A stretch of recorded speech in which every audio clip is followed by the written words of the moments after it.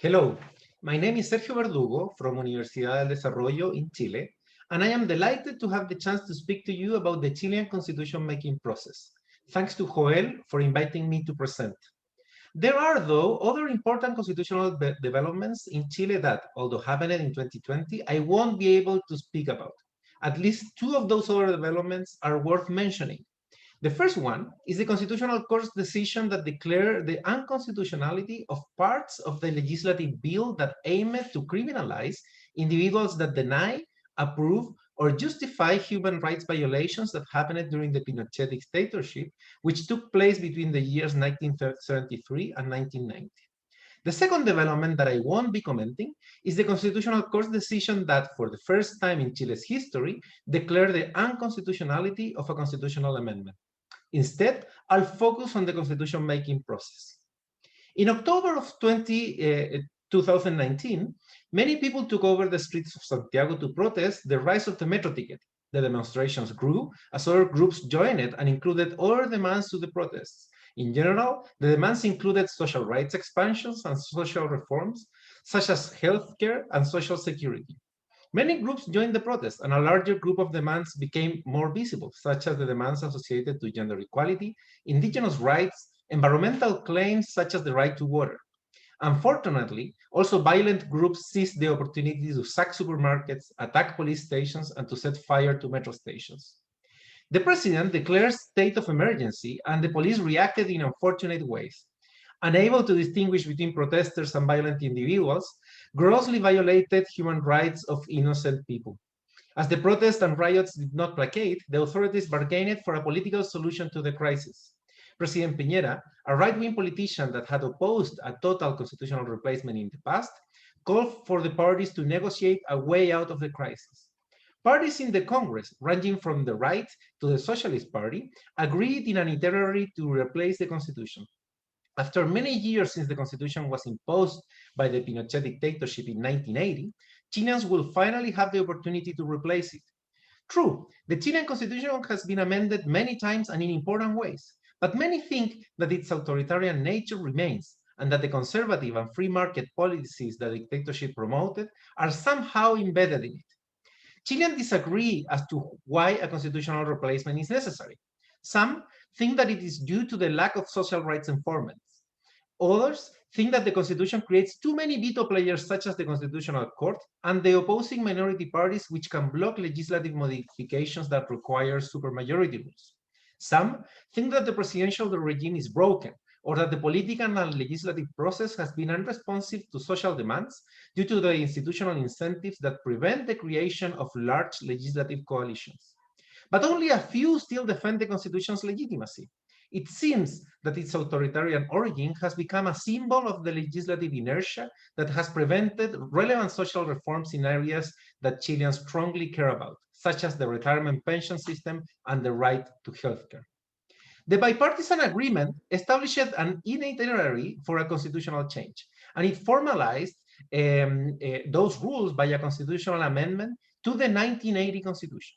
The amendment included a highly regulated process, which can be understood as a compromise between the parties looking for an incremental change that somehow guarantees institutional continuity, and the parties looking for more aggressive reforms. Marcela Prieto and I have argued that the process can be explained by a dual aversion.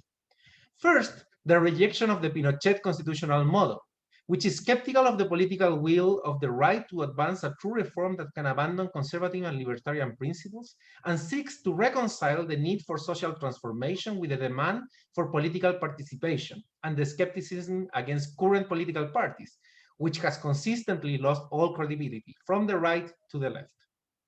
This aversion is helpful for understanding that the constitution-making process involves many participatory stages: a plebiscite that was already held in October of 2020, the elections of the convention's members in May of 2021, a referendum confirming the new constitutional text after the convention finishes drafting it, a prohibition of judicial review against the content of the new constitutional text, and the lack of a default rule in case an agreement is not achieved regarding a specific provision or institution. As Chileans say, the process will start with a blank slate. This view can be connected, of course, with a populist approach to a constituent power of the people. The second aversion of the process and the bipartisan agreement is to the neo-Bolivarian approach. Chileans generally fear following the path of constitution-making processes that lack a good reputation in the region, such as the ones of Venezuela, Ecuador, and Bolivia. All of these processes were built on a narrative that emphasized the unlimited power of constituent assemblies acting in a sovereign way, without real legal constraints and without incentives to achieve bipartisan agreements with the opposition.